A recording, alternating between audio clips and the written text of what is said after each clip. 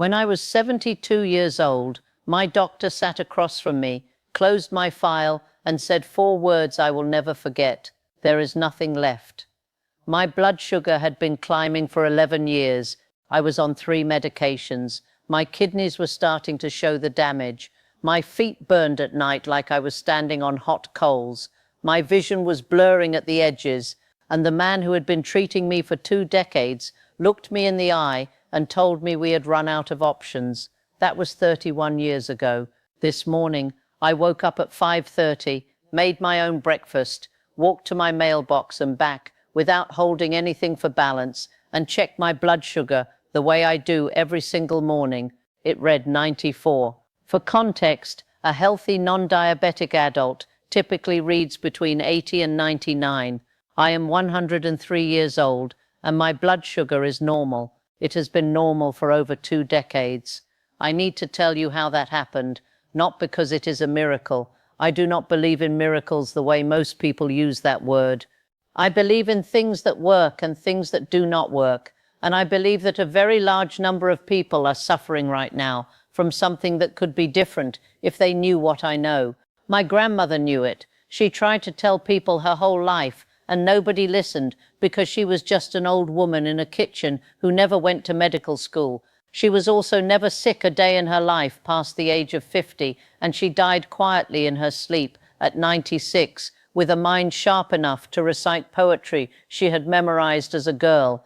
When she passed, my mother packed up her house. Most of what she owned went to relatives or to donation, but my mother saved one thing and eventually passed it to me. A small notebook, handwritten, the cover worn smooth from decades of handling.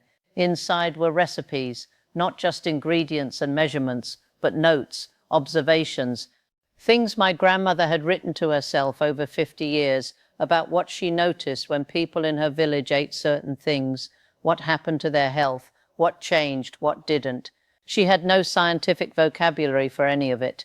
She used words like clears the blood and quiets the fire inside and feeds what medicine cannot reach. I read that notebook when I first received it, and I thought it was beautiful, and I put it in a drawer and I forgot about it for almost 30 years. I found it again 3 days after my doctor told me there was nothing left.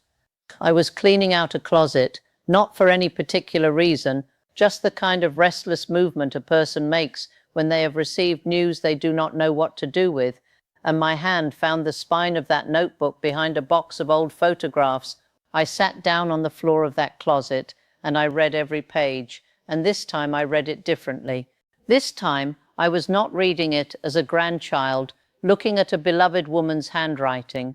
I was reading it as someone who had just been told she was running out of time.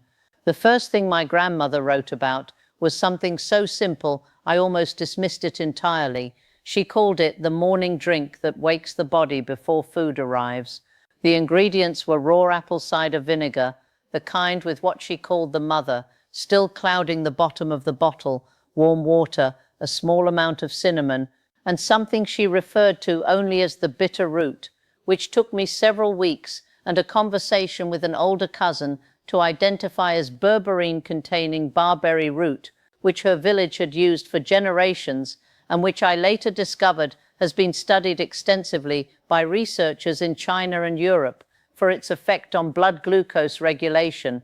One study I found from the journal Metabolism showed that berberine reduced fasting blood sugar in type 2 diabetic patients by an average of 20% over 12 weeks. Another study compared it directly to metformin, one of the most commonly prescribed diabetes medications in the world, and found comparable outcomes.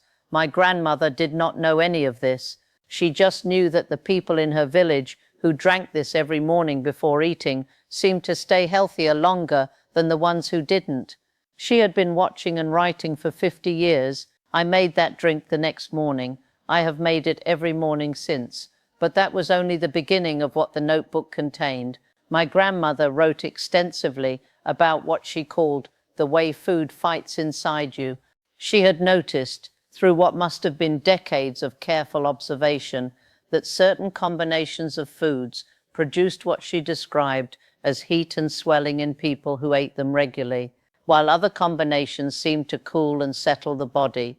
She was describing, without knowing the word for it, inflammation, chronic systemic inflammation, which modern research now identifies as one of the primary drivers of type 2 diabetes, is the process by which the body's own immune response begins to interfere with insulin signaling at the cellular level. My grandmother had no idea what insulin was. She just knew which combinations made people sick over time and which ones didn't.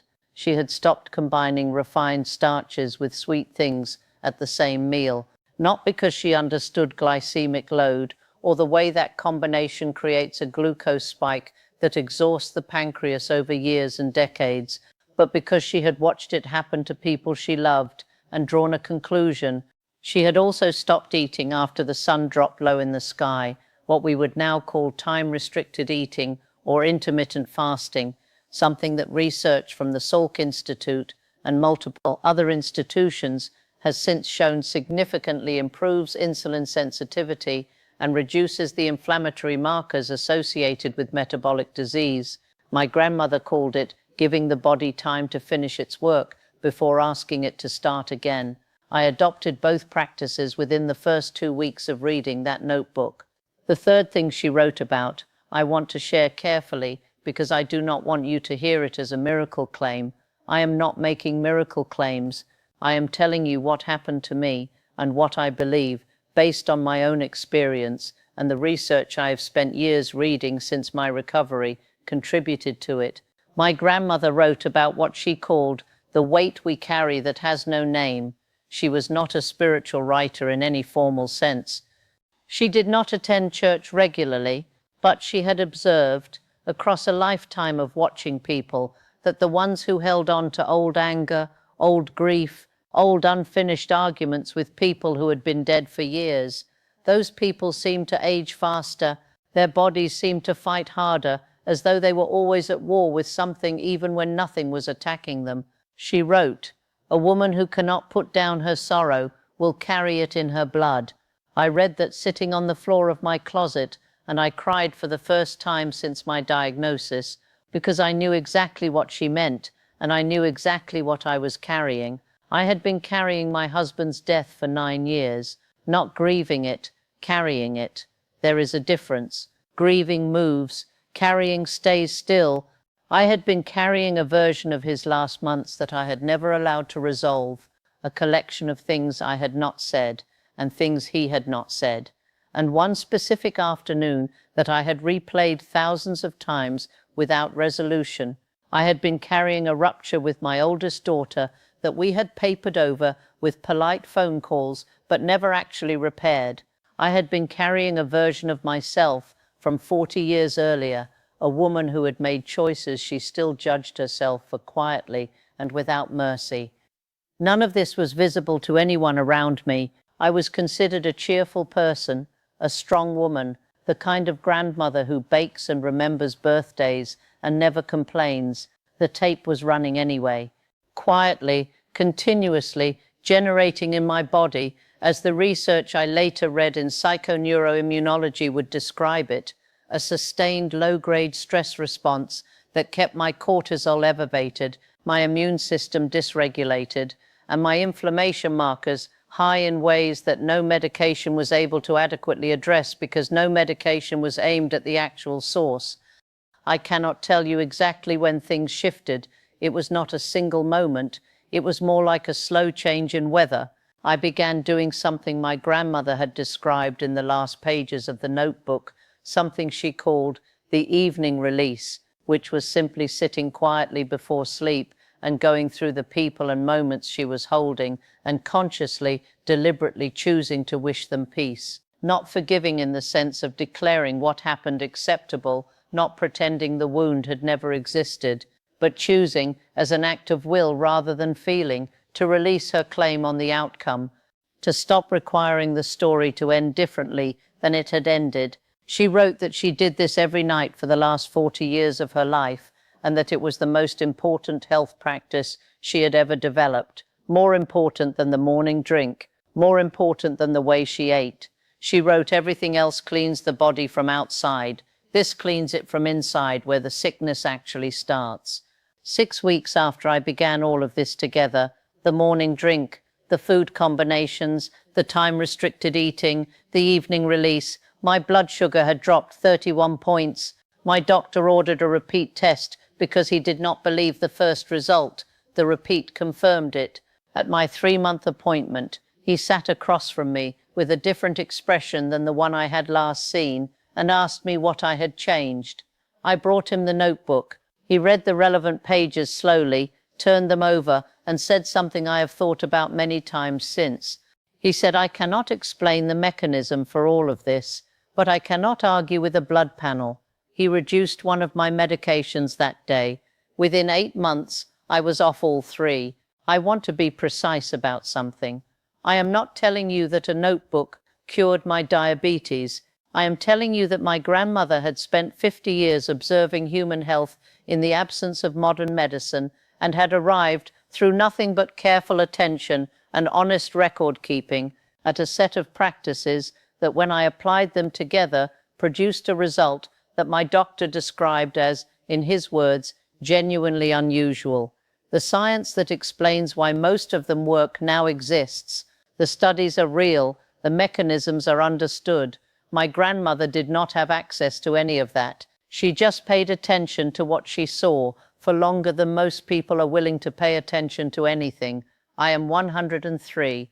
This morning I made my grandmother's drink the way I have made it every morning for 31 years. The notebook is sitting on my kitchen counter. The cover is even more worn now than when my mother handed it to me. I have read it so many times that some of the pages are soft at the corners from handling. My blood sugar is normal. My kidneys are functioning. My daughter and I repaired what needed repairing, and she calls me every Sunday and stays on the phone longer than she has to because she wants to, not because she feels obligated. The tape that used to run quietly in the background has been silent for a long time now. I do not know how many mornings I have left. I know that this one was good, and that I am not afraid of the ones that are coming. If you have someone in your life who is fighting something difficult right now, please share this with them, not for any reason other than the chance that something in it might be exactly what they needed to hear today.